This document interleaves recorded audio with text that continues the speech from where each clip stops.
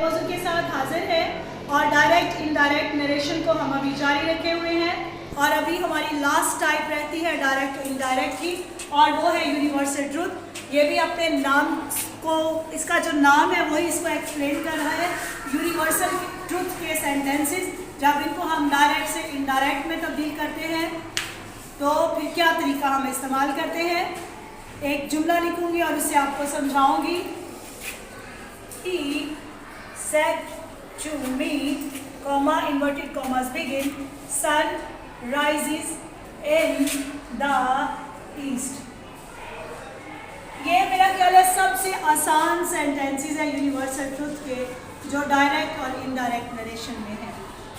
Said to बदल गया told में।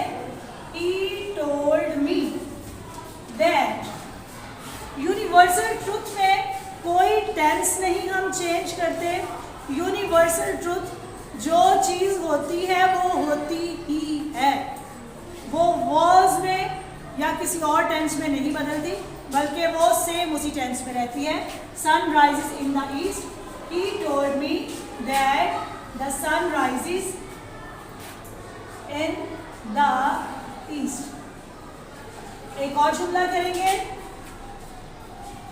She said to me, comma, inverted commas begin, the stars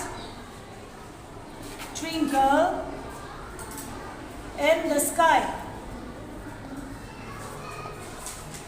तो सितारे आसमान में, ये भी एक तरह से यूनिवर्सल, इससे भी अच्छे जुमले आपको मिल जाएंगे।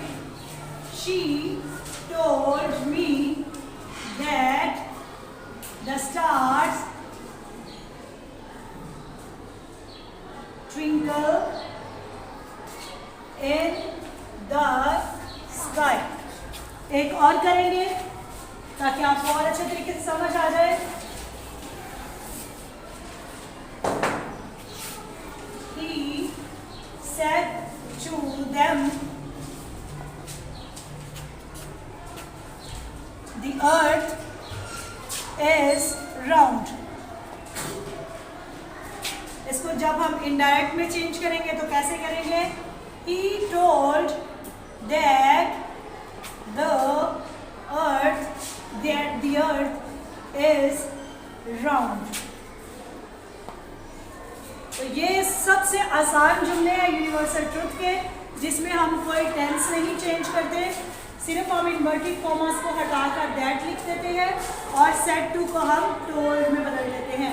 अगर यहाँ पर होता he says to me, he says to me the sun rises in the east, तो फिर हम says to को tells में बदल देते।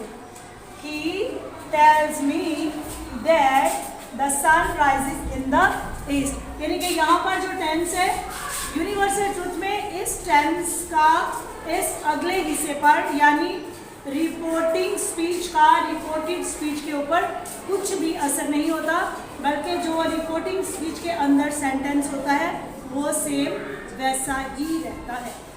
और ये है यूनिवर्सल ट्रूथ।